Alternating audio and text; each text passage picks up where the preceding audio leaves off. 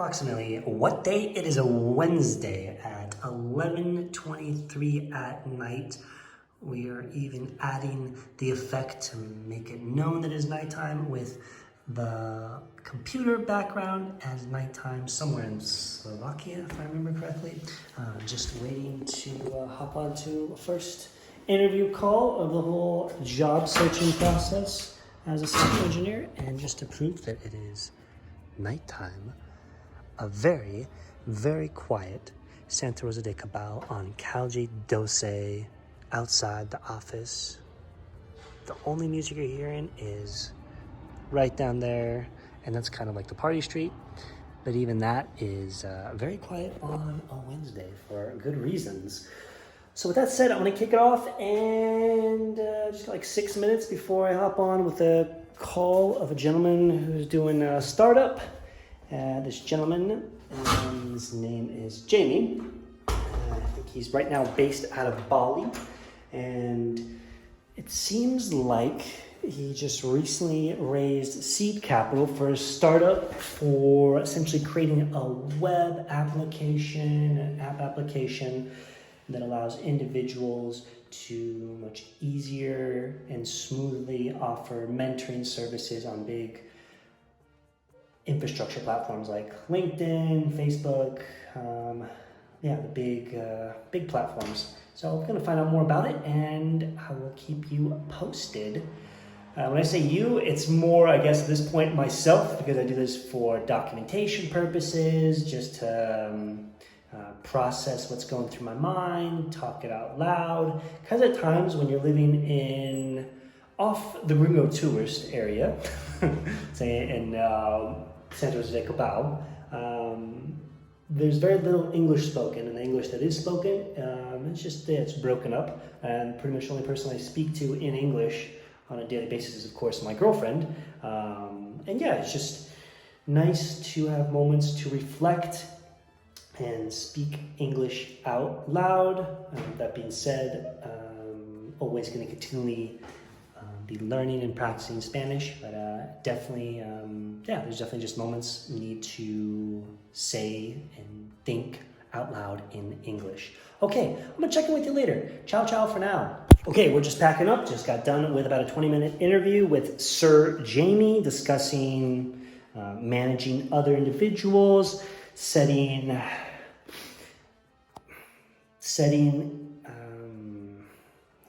let's just say like how do you take ownership of a project, kind of like basic overview questions, and then him telling me a little more about what the startup entails. And a lot of it that he did mention, I'm very grateful. I spent like the past hour and a half just doing more research online, and a lot of it I definitely could connect with quite easily because of just the research I did for the application that Jamie is looking to build and the time frame that he has. He wants to deliver an MVP level application by September. So that means there's probably going to be, let's just say, a 60-day build phase or sprint phase, and you have maybe like a month to smooth things out so that it's presentable. And then probably realistically by January, that's when the next round of funding would take place, which would be a lot more money than this previous round of funding.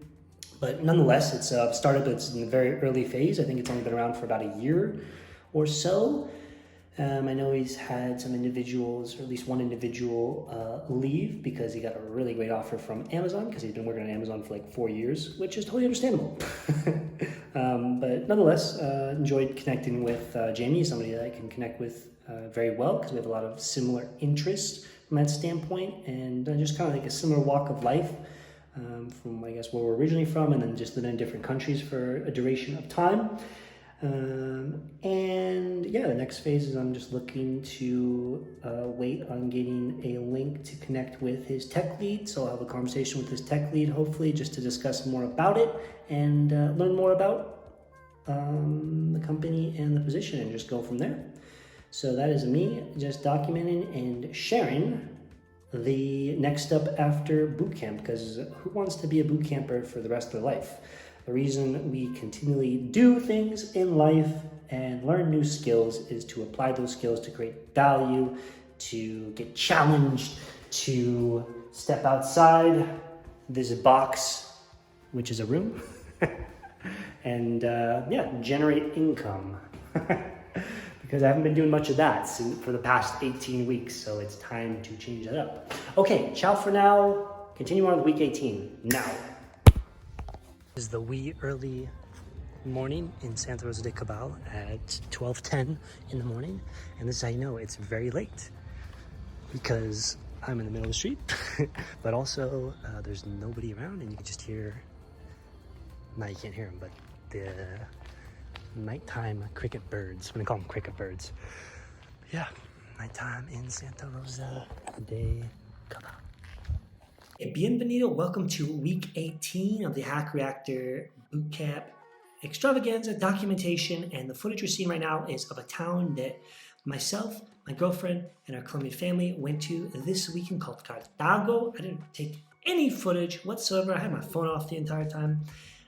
Nonetheless, this town where you're seeing it's located, it's in a valley, and you can imagine, because it's in a valley, it's flat, it gets quite hot. It was probably like in the upper 80s to low 90s, and that's not drastically overly hot. It's definitely hot from where I've been living the past 6 months, but on top of that is it's very humid. Cool thing about it, though, I have to say, is the economy is doing quite well. You can see this is roughly the area we traveled from. It's not that far away. It's maybe in a car an hour away. We ended up taking the bus there or 2 buses, because we don't have a car at the moment. We're planning on getting a car sometime next year when we come back from our time over in the Europe area. But yeah, that's what we went to this past weekend. Was part of the long 4-day weekend for the program, because of Friday was off, and then also Monday is a national holiday in the US. So we were in Cartago for Father's Day, and it was a good time. We'll say that. Good time. You can also see it's not that far away from Cali too. So it turns out there's actually a lot of people from the Antioquia region of Colombia, and they're referred to as Paisa individuals. And I would say more so than not, a lot of people that live in Cartago are individuals that either just want to raise a family with a lower cost of living, or individuals that are retired. And I can say that the entire time we were there, it feels very safe. There's lots of projects going on from a standpoint of residential as well as commercial, and they have a very beautiful outdoor central commercial. I believe this white church is, it's like some type of a monument by Colombia. I don't know exactly what the designation is, but it's well regarded for the architecture, and it's well preserved. And I don't remember the name of this river, but that's a river that you would pass through to get there. So yeah, that was what we did this weekend. As far as the course went, this was the first week that I spent the past, starting on Tuesday to about Friday, a little bit of Saturday too, applied for jobs. And if we go to what we have been instructed to use in our job searching process with Hack Reactor, I don't actually have it open, so let's pop it open, is a software called Huntr. And Huntr acts as like a job searching management software tool. And in this case here, I have applied for about 50 jobs. I don't know if it's actually total, but it doesn't really matter. It doesn't make a difference. So let's just say I applied for roughly around 50 jobs. And so far, within about five days of applying, I have had one individual get back to me that led to an interview. And that was this one right here. And that interview lasted for about 25 minutes. It was a video call, and that individual was in Bali, Indonesia, because it was for a startup. So the CEO and founder was in Bali. So I had about 25 minutes to talk with him and just learn more about his operations and what he was looking for to have. And also the research I did prior, I got a good sense of what was going on, and they just raised about $125,000 in capital investments, and they're planning on doing the next round at a much more substantial, hopefully, level of investments come January. But it sounds like they want to have their next MVP, minimal viable product, by September. So really you're looking at maybe 2 months of solid build out, and then about a month or so, if that, of smoothing out the product. Nonetheless, it was a good conversation. I know he was interviewing certainly a lot more other developers that day, and it didn't seem like it's going to lead to anything else other than that call. But nonetheless, I learned a lot from a standpoint of just learning more about the industry, about software engineering, the role, managing people. And yeah, the way I see this whole process, if this turns out to be 500 or 1,000 job applications, nonetheless, I'm going to get a good sense of what the market is and everything that goes into just being a software engineer. On top of that, earlier this week too, part of the Hack Reactor program, we got instructed to use a platform called HackerRank. It's very similar in some ways to Code Wars or LeetCode, and then it helps you prep for solving problems, as well as they will provide additional preparation tools when it comes to interviewing. You can actually select depending on what time frame your interview is going to be, and they'll build a preparation tool behind that. So it's not just solving coding challenges, it's also like interview questions that aren't technical. And on top of that, they also have like a certification program for different skills, standardized assessments that you can take and then just add to like your profile, add to your website, add to your LinkedIn profile. So that's another good source of additional material for the ongoing ever quest of learning every single day. And additionally, two other things, or another aspect that we learned this week, besides finalizing and doing like our project presentation for Module 3 project. So I think I shared this last video, but I'm just going to briefly share it again. This is like the README file for our group of 5 individuals we did for our Module 3 project called Clueless, I Wear Whatever. And yeah, I'm happy with how it turned out, and I'm certainly going to add a little more to that as we go along for just polishing up our project. But yeah, through this experience too, I got to learn more about the CI/CD process, which is continuous integration, continuous development, and that can be found here when building pipelines. Thing you have to note about GitLab is if you don't do your own manual building of runners, you will have to use their pipeline, but in order to use like the pipeline on the platform, you have to provide your credit card. And that's what I've done so far, but I got like a message saying I only have like 5% of memory to use the pipeline for this particular project, because we've tested out many times. Like there's like 26 pages deep here. We're almost at 500 commits, for example. So it just gives you a standpoint too of just how much work has gone on into this project, and committing often and doing short commits, and often micro commits, I guess we'll call it atomic commits. There we go, atomic commits. I remember reading something about that's more of like a proper terminology. So that's what we finished this week was in regards to project presentation. Other groups presented, and on top of that, we started the job application process. We're building out for the website. If you haven't done that before, I've had a website now for a while, now over a year, so I just focused on job applications themselves. Another portal or website that I spent time on so far is called Turing.com, because my approach is finding a position that allows me to work from anywhere in the world that is completely remote. And I know because a lot of times with US companies, a US citizen has to be very mindful of they can only be outside the US for so and so, like such a long period of time. That has to do more so with tax purposes, or maybe it's not just tax purposes itself, but it's a form of the company justifying their office space or the real estate possessions they have, and needing to have those filled by workers themselves. But regardless, I'm mainly focusing my time and effort into job searching platforms, job portals, job platforms that are marketing towards remote developers, and Turing is one of those. So I had to take 3 quizzes themselves. They were timed and they were graded to pass to just get to this next portion of doing a coding challenge, which I will do at some point probably this week.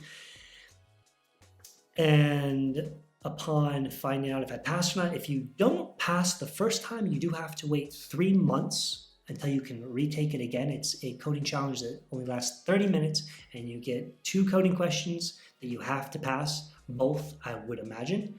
And I'm not sure if they're still doing the live coding challenge interviews, because if you go to like their YouTube page, they're demonstrating what to expect on a coding challenge, and it's a video call interview, technical interview. But I'm not sure if they're still doing that right now. I know when I go to like my portal, and when I go to actually the coding challenge itself, it says coding challenge, and then I think it has practical challenge after that. So maybe that's what that pertains to. But this is one of the focuses of another area I want to follow up on. In addition, I came across 2 articles on Medium that I highlighted in my own Medium article for week 18 write-up. The first one was titled, Dear Sam Altman. Sam Altman is the CEO of OpenAI. There was never an era of making models bigger. And actually, before I mentioned this entire week when it came to my extracurricular learning with LinkedIn Learning, I spent a heavy amount of time on large language models. So I actually did a learning path called Jumpstart Your Career with Large Language Models, and really focusing on understanding how like TensorFlows work, how the encoder decoder works, and then also using like Hugging Face, NLP, natural language programming. Hopefully that's what it stands for, natural language programming. I know NL stands for natural language. Natural language programming, different models themselves, how we even got here before we got to chat GPT generative pre-trained transformers, going on the history of that. So you can see it's very heavily with TensorFlow, NLP, machine learning, the tools that go into that. And a lot of them stem with using like Google Cloud Platform and training your own models. And you can do a lot with that and not have to worry too much about being charged a lot of money. Certainly, the more data you're feeding, the more parameters. It's going to first take a lot more time to go through that data and then test that data, but also it's going to be much more time consuming. So anyways, going back to this article that was written by Devnesh, the great thing about this is now I have a little bit of understanding of when it comes to large language models, machine learning. Devnesh is proposing that essentially when Sam Altman came out saying that further progress will not come from making models bigger, I think we're at the end of an era. The author's stating that there was really never an era to begin with when it comes to large language models. It was something that was already known about several years back before OpenAI and ChatGPT 3 and beyond became more on the public consciousness. Real deep down machine learnists and experts that are in the machine learning field and data researchers and analysis would state that just because you have lots and lots and lots and lots of data parameters does not translate to the accurate results that you want to achieve when testing out those capabilities of the data model or the large language model itself. So more so than not, at the bottom of this article, Devnesh is stating that Sam Altman is essentially just saving face, which I believe he says somewhere right along the lines of here in his closing remark. It's somewhere here, I remember. I even wrote a comment about that I do agree that it would have to do with saving face. Boy, it's funny here. Here you go. Sam Altman's statement is a face-saving maneuver as it is becoming clear that the market is becoming increasingly saturated. That is absolutely for certain. Over just like the past 6 months, there's been an explosion of different AI. Like everybody's putting whatever type of business or software tagged with AI. It doesn't necessarily mean AI. I mean, for example, with facial recognition technology, people are calling that AI, and that's not necessarily AI. It's just more of a model that is built around feeding this large pool of facial data and then compiling that and then being able to extract. So it's debatable whether you want to really call that artificial intelligence. It's more so just titling artificial intelligence because it's a trend, it's a market trend, it's a cycle, which also leads to kind of going all over the place here with this video. That's something I came across a while back when I was listening to the No Agenda podcast, which is a podcast I highly recommend by Adam Curry and John C. Dvorak, a Wikipedia entry called AI Winter. And it breaks down the history since the 1950s of when AI kind of first came about, the history of artificial intelligence, and these periods where interest goes away for research and funding for AI projects, both from a public standpoint and a private standpoint. And really, I think that's where we are potentially seeing, or we have to remind ourselves that everything goes in waves and cycles. And right now we're at the peak, or soon to be, I don't know when that will be, but in the year 2 or 3 of a cycle that will eventually have to winter out and die off because there's just not as much technological advancement in that field as there was earlier in that cycle. So it's just also a good reminder of keeping things in perspective.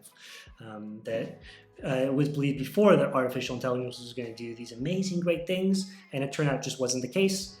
And a lot of it just stems from like hype and individuals doing their best to sell it or pitch it in a way to make money off it, when really the capabilities are still very limited and not as accurate as one is told to believe. How about that? And another article I just want to point out too that came from my Medium feed, which has to do like entrepreneurship, leadership, job search too. This individual who is a former CEO of a quite big digital content creator company that had an evaluation at one time of $250 million.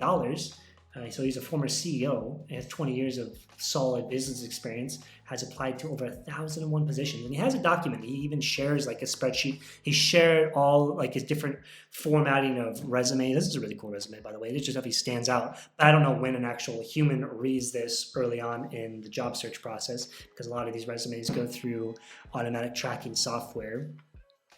But he has like a spreadsheet he shares of all the different companies he's applied to. And yeah, he's just like sharing his perspective and his experience throughout this entire process. And he's definitely phrasing, and the tone of his article is not negative or like disappointment, but just sharing his experience and wondering how he can improve to do better. And also just reaching out that he wants to continue to build his network, because he's originally from Ukraine. He built his life and his network in Ukraine, and then had to move because of the war, and now he's based out of the United Kingdom in London, and he's in the process now of building up his network again, professional network, and yeah, just figuring out things. And he definitely will at some point figure it out, because he's very polished in how he's presented himself in a professional way online, especially like his LinkedIn profile, his resume, this write-up. He's got lots of experience from everything he's been stating. And yeah, it was just an interesting read from a job search standpoint, and somebody very qualified for many positions is struggling. But also just a reminder for me to continue with documenting. And so documenting my own job search process. That being said, I did have an interview right away within like 4 or 5 days of applying for different jobs with an individual in Bali. And yeah, like I said, learned a lot, but I'm definitely grateful. And I'm grateful I have a software like this. I can keep track of things from a standpoint of how many jobs I've applied to, and then getting a correlation of maybe certain platforms that offer more, like I'm seeing more conversions from. So things like that. And yeah, I talked about lots of LinkedIn learning. I do quite enjoy these, whether I have my computer I have my phone with me. When we were in Cartago, I brought my phone with me. I had it off pretty much the entire time, except for when I went to like the gym, and I worked out to listening to a LinkedIn learning course that I'm doing on Git Teams. What else? Is there anything else that needs to be mentioned? Well, also in addition to doing like sorting algorithm, it was pretty cool. A quiz we had to do this week for distinguishing certain sorting algorithms. 2 of them came from watching this first video. I'll show another one of identifying what is this sorting algorithm taking place in front of us right now. So that's pretty cool. There's that one, which I think is like a Hungarian group. At least that's what it's titled on the video. And this is like a Transylvanian one. So Hungarian and probably Romania is where Transylvania is at. Or Romania or Bulgaria? Bulgaria and Romania. I think it's that region. So you have 2 different sorting methods, and the sorting methods we talked about this week have been like radix sort, you got a merge sort, you got selection sort, you have bubble sort. There's a couple other ones that are escaping me right off the top of my head, but the reason again why we are covering these around week 17, week 18, they're very prevalent in the interview process, the technical interviewing process. A lot of companies, a lot of positions ask specifically about data structure, algorithm questions, And yeah, it was actually kind of cool that this has been made. This type of documentation, this content was created a while back. This is an old video, but it was uploaded somewhere, on getting you to guess what is this sorting method. If you are watching this right now, please drop a comment on what exactly is this sorting method, and I will confirm if you are correct.